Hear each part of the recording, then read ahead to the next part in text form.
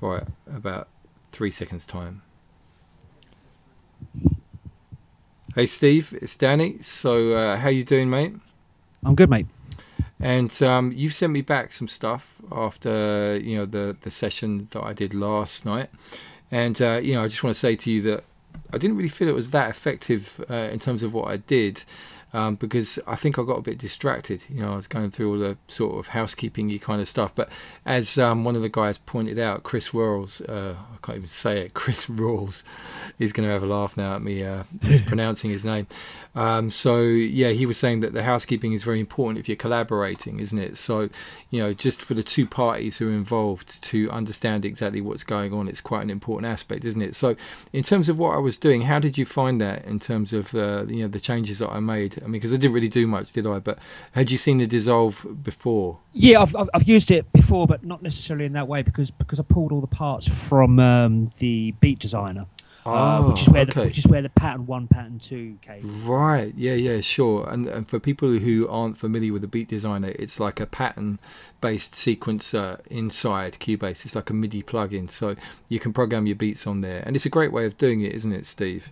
Yeah, the main reason I used it this time was because my PC went down, so I haven't got a MIDI keyboard or my drum pads plugged in at the moment, so that was kind of a good workaround, as it were. Sure, yeah, fair enough. And when you're working normally, do you have then the MIDI elements separated out, so that you can see an overview of where all of the sounds are?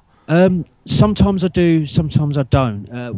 One reason I don't normally work like that is because I end up with, in the mixer view, what looks to me like way too many things going on, because you've got the okay, well, let me just tell you something from the Akai. I'm just going to bring this out, right? One of the first things that I always do is I hide the MIDI channels. That's exactly what I was expecting you to say. Do you do that? Yeah, it's something I'd recommend because you don't need those in the mixer, and it's kind of a throwback to the old days, really. So I always hide that, and I've just done that this side. So if anybody's curious, I've selected hide MIDI channels so that they're not taking up space in the mixer. And also there's a narrow view on the mixer as well. Have you used that? So on the left hand side, where you've got all your sort of global views, there are some arrows. You've got a left pointing arrow and a right pointing arrow, so you can condense the mixer channels horizontally. Okay. I haven't used that before. Yeah, that's good. And do you use the extended mixer with the VU meters and stuff like that? That's it, yep. Yeah, so it looks good. So what I like about it is it brings a kind of studio vibe back to the laptop, all those meters flying up and down. And yeah, it's good. So I think it was one of your old videos where I actually found out that was there. Yeah. I mean, I've been sort of pushing that vibe for a while now. So in terms of what's going on here, so we did the separation.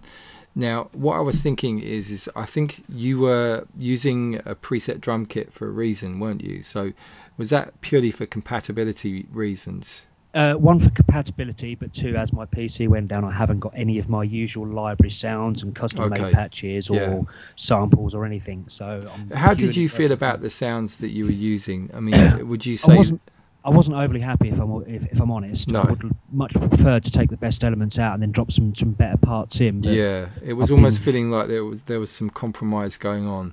Definitely. What I'm going to do is I'm just going to play it back here because you've made some changes, haven't you, since the last video. So I'm just taking a look. How did you find the Voxengo span? Have you been using that yourself in the past?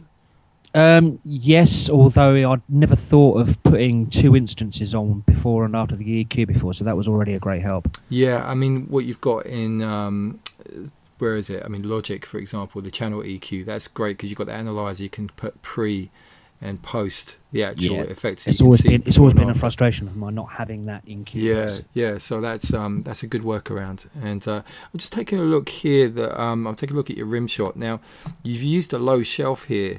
You've got minus 21 dBs at 253 hertz. Now, do you know the difference between a low shelf and a low cut, for example? Not really, but with the rim shot in particular, I didn't. I did that before our original session. Because I've decided that I'm probably not going to use the rim shot. I would like to change it to different sounds. So that's one I didn't put the span on at all. Right. So what I'm going to say is that the low shelf, right? What I always you know, when I was teaching at Point Blank, the thing that I used to do was to encourage people to use a low shelf like a bass control. So you remember the old hi-fi amps, you know, where you had like bass and treble. Yep. So your bass was essentially a low shelf. So the bass control was probably about 80 hertz or 100 hertz. I'm just going to do this now so that everybody can see it. So I would take it to 80 or 100 hertz. And on the old hi-fi amps, you could basically boost bass or to cut the bass. You know, so it was kind of tuned to a fixed frequency. You didn't have any control over what that frequency was, but it was usually about 80 hertz. So I usually say that, you know, if you want to warm up the bass or turn the bass down a bit, the low shelf is a good control for that. If, however, you want to cut stuff, you want to use a low cut or a high pass filter. So I would recommend, if you are, you know, wanting to reduce the energy of that rim shot or any other sound, that you would use a high pass filter or a low cut. I mean, they're both the same thing. Okay. Sure. And so low shelf, I would say, just use for either boosting or just slightly reducing bass. Whereas you're using a low cut or a high pass, that's taking stuff out quite dramatically, you know, because it's got a steep slope, it's nice and sharp, so it's really good for cleaning stuff up. So yeah, I mean, my feelings were that some of the sounds were all right, some of them were probably not quite as well suited for the sort of style that you're trying to achieve.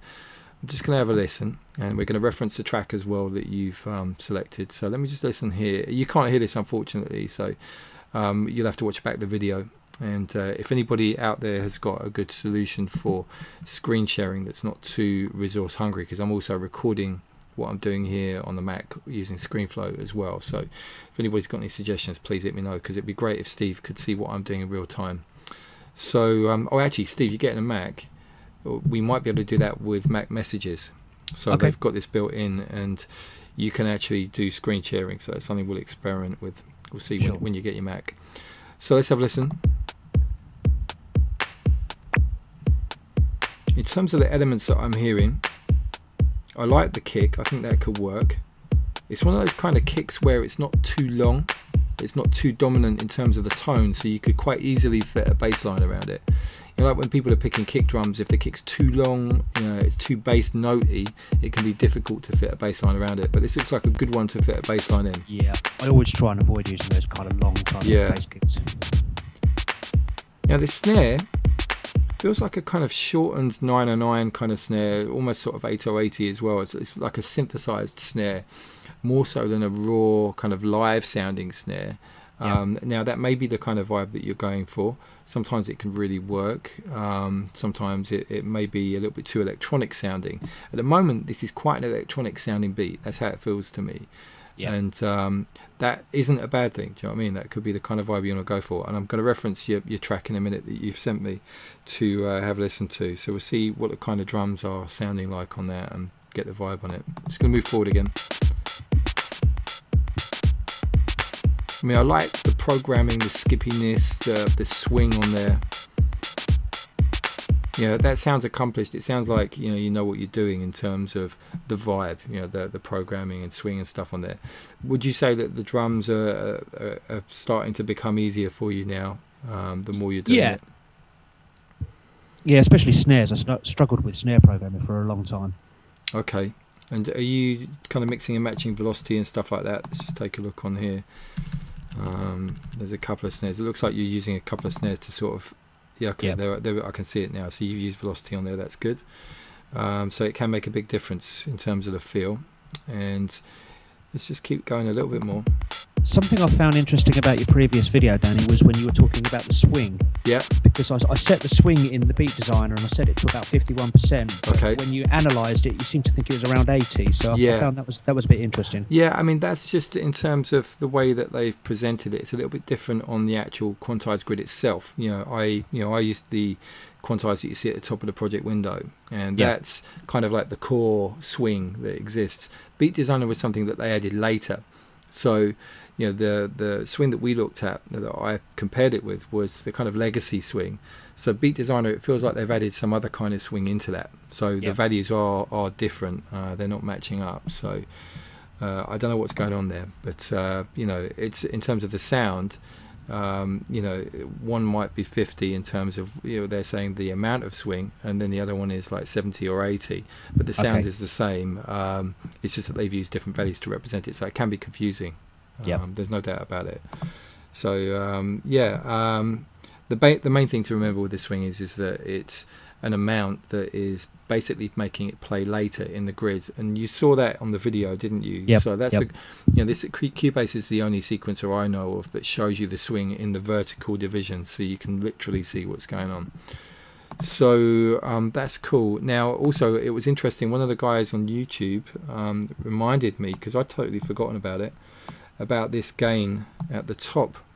You know, I was using the EQ to act as a gain control, wasn't I? But I'm bringing my cursor up here, and you can use shift to adjust the gain. So I'll show you that on the video. I don't know if you found it, but there's a rotary control at the top that I'd totally forgotten about. Yeah, I think Dennis Ferrer talked about gain staging in that way on some question and answer sessions I did with him a few years back. I mean, to be honest with you, the whole thing about gain staging and stuff is sort of related to old school hardware, you know, like proper desks and stuff like that. And when it comes to your computer based one, that some of that information in a way is irrelevant, you know, because of the fact you can push the level so, I mean, honestly, you can push it so loud on these channels, it's a joke, and it's not going to distort at all. It's only on that stereo output. And it's a good work ethic if you just try to keep things relatively conservative whilst you're doing things, you know. It looks horrible if everything's flashing in the red, you know, there's no doubt. I mean, psychologically it could affect you. So I would definitely encourage everybody to be conservative on these levels, and just make sure that you're not clipping on the master. And people can use limiters, but I would only encourage you guys to use limiters if you exactly know what the impact is of using that limiter on the master at all times. You know, just to give you a quick example, if you stick a limiter on that stereo out, and then you bring in a new kick drum and you turn the volume of that kick drum up, it's going to be pushing into the limiter, and it's going to potentially be reducing the volume at that time, which could be other sounds as well.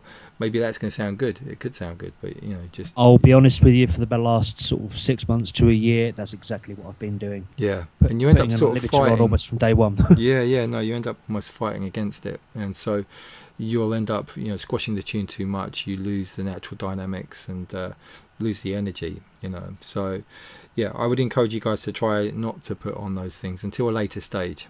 All right, or if you understand exactly what they're doing, just put them on whenever you want. I mean, I do. So there's something to contradict everything in a way. So I always like my things to sound as polished and lively as possible at early stages, so I do tend to put my sort of master processes on quite early. But any of my students will know about that anyway. I always say, when you're learning, try not to, because it's going to be the best way that you're going to then know the difference between, you know, the actual compressed and limited sound than something that isn't. You know, you're going to notice that difference. So yeah, cool. I mean, this is sounding cool, Steve. You know, I think it's working. I want to reference the track that you've been talking about, so I've got this up. This is the Atjazz remix of the Rah Band, and Atjazz just cannot do anything wrong at the moment, can he? No.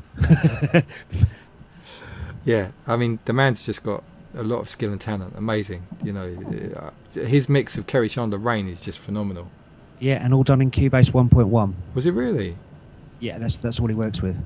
That's amazing, honestly. But do you know what? I think what it is that one of the things that I've noticed coming back to Cubase after using some of the others for a while is that I'm focusing very much more on MIDI now, you know, on programming stuff. For a lot of the time, in the last year or so, I think, you know, I've been cheating, not cheating, but just running with Ableton. You know, it's very tempting to drop in loops and cut them up and rearrange them and all that sort of stuff. And so I was missing out on the intricate programming and stuff like that I used to do, you know, so I'd sort of got lazy. So I'm really pleased to be back with programming, you know, absolutely everything from scratch. And you know, you can tell with his stuff, he's very into his programming, getting all the beats really intricate, lots of real excellent detail and variation. You know, he puts in a lot of work. And so when you've got an older version of a sequencer, you know, when you haven't got too many options available, you're going to focus on that stuff, you know. So it's a good idea to strip things back sometimes and just focus on the raw, you know, get things really, really good. So this mix here, the Rah Band, I mean, I remember the Rah Band way back. In fact, I bought the single Messages from the Stars when it first came out in the 80s, whatever it was, you know. So it's interesting to hear this. So I'm going to play it. I'm just going to play it from the beginning. You might want to play it from your side. So have you got it queued up? I have, yep. Alright, so I'm just going to push play now, right? So you got like an effect or something? Yeah? Yep. Alright, I'm just listening. So he's got his stab coming straight away there, isn't he? Yeah, not necessarily what I would do. Okay. Yeah, he's got a little kind of boom kick going on the offbeat every now and again. Do you like that? It's a kind of like an 808 or a tom or something. It's quite stubby. Yeah. Now, interestingly, with the stab, I can hear a bass note in the stab. So, at the moment, it's feeling like it's a stab and bass patch combined in a way. It's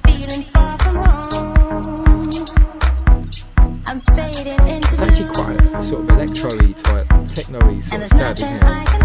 Yeah. So, just opening the filter.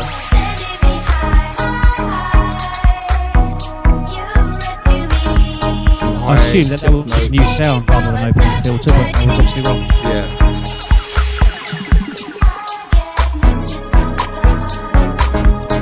Okay. So it's a bit heavier with the chords here, a bit more jazzy. I mean, it's clear he understands what he's doing musically. When I'm far out in the night. Okay, so I'm just stopping it there, 129. It's interesting, you know, what's happened is that it started off with a beat, it's a stab, it's like that's the main hook, isn't it, apart from the vocal, filtered down with a low pass filter, and then gradually opening that filter throughout the duration. Then for the sort of chorus section, the filter's open, so it's bright and fizzy, and there's some extra chords he's laid down, and now he's stripped it right back again. So it's like we started again, isn't it? Yep. But this time we've got the vocal carrying on, so that's how the structure is working. So the momentum carries on, and it's like we're back at the beginning, which means he's probably going to introduce something subtly different on this time round. So let's keep listening. I'm searching for the light. There's darkness all around, and you know where to be found. Yeah, the bass is actually the same pattern as the chord, isn't it? Yeah. Which again, maybe something I would probably try and do a little bit differently. Sorry, mate. Stopping there, 150. What were you saying? That's maybe something I would try and do a bit differently. I personally, when I'm making my own tracks, I try to make the bass line as much of a feature as I can, which kind of contradicts what the track is that I've sent you. Yeah, that's cool. No, that's fine. Let's keep going. You saved me from a certain tragedy.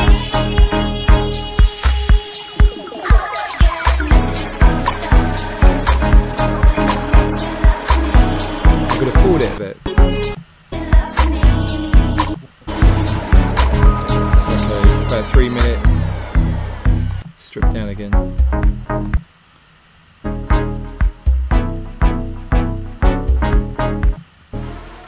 Yeah, you can really hear the jazziness, some extra notes he's added onto there.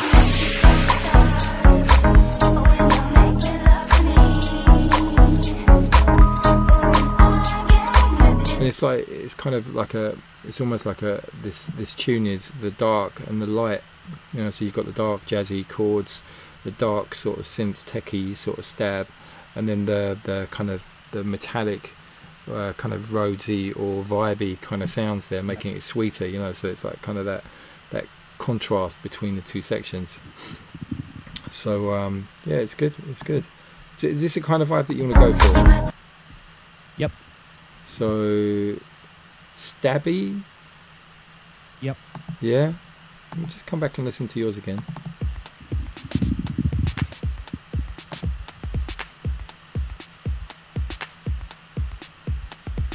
Do you know what I'm feeling, right? Listening to that in reference to what we heard a minute ago, the snares for me coming in early, probably a little bit too much. I'm just taking them out for the moment. I'm just going to have to listen to that again.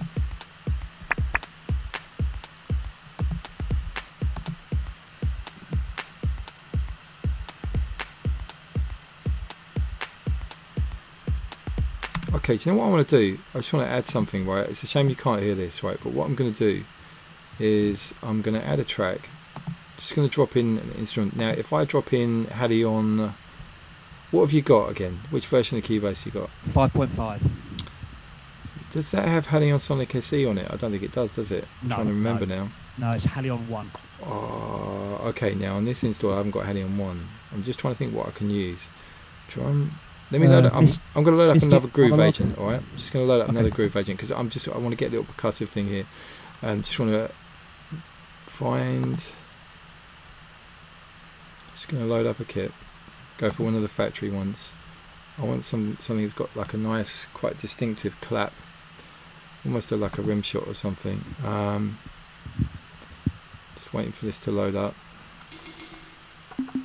Got my keyboard here. And you can't see that, but for everybody else's benefit, that's that Akai I was talking about, the LPK25.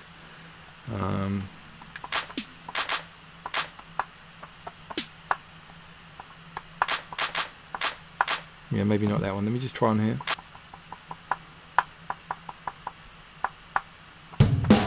That's definitely not the right kind of stuff. Just going through these kits, Steve. No worries. Just trying to find like a real tight clap. That's perfect.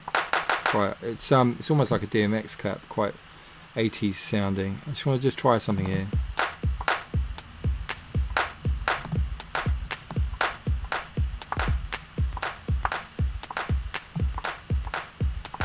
So I'm just going to drop this in, just going to record here and see what happens.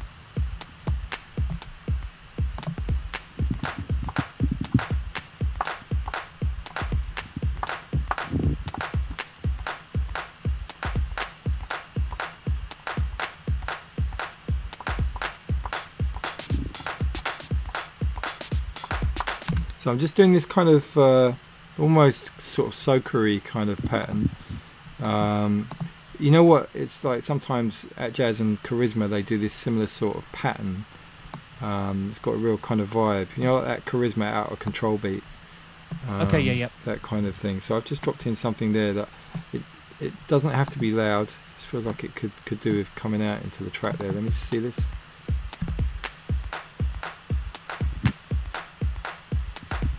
Yeah, something like that. I'll tell you what I'll do. I'll just repeat that a bit. You'll see it when I send it back to you. Sure. So that's a little vibe that I'm thinking is working there. But I just want to explore just a little bit for this session a synth sound. Alright, and then what I'll do is I'll see if I can find a synth sound, and then you can maybe ever think about a bass line or something. Alright, so you haven't got Retrolog, have you? No. Do you know what? That is a wicked synthesizer. It's Monologue, I think, is... Yeah, then they're nowhere near as good, the old ones. You know what I could do is I could drop it in as audio, couldn't I? Yeah, you could do, yeah. Could do.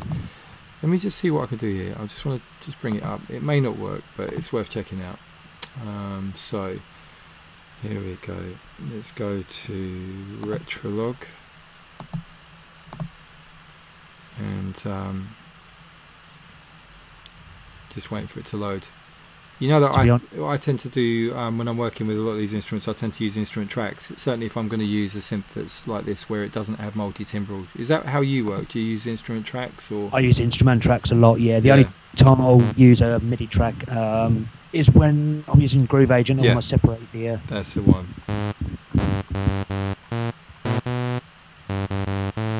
So what I'm doing, I'm just kind of echoing what he was doing. So you can't hear it, but you have to watch the video back. Now I'm going to turn on the other oscillator, switch the tuning, and so you've got two oscillators on the go now? Yeah. Okay. Just experimenting.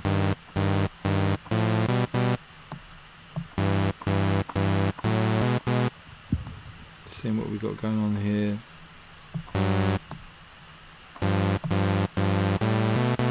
Yeah, it's kind of a shame that we haven't got more that we can do. I mean, it's got 3 oscillators, but the third one is a sub.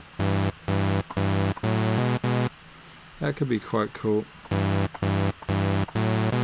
So what I'm going to do, just, oh my gosh, do you know what? My disc is nearly full. I can't believe it. Oops. Steve, I'm going to have to stop recording. I'm going to Okay. stay on the line, and then I'm just going to clear Sure. some space. All right? You lot are going to hate me, but I looked at the time of the video so far, 25 minutes, which is going to take a long time to render, a long time to upload. So I've said to Steve, we're going to pick up on this later on in the week, potentially maybe the weekend. So I'm going to see what happens. So I'm going to carry on with that synth stab stuff on the next session. So I hope you enjoyed this one, and stay tuned. Look out for the hashtag collaborate and learn, and don't forget also this week on Track Source, my track Optimistic is out, and getting some lovely responses. So thanks guys, and keep supporting it, of course. Spread the word, and yeah, wish you all a good week.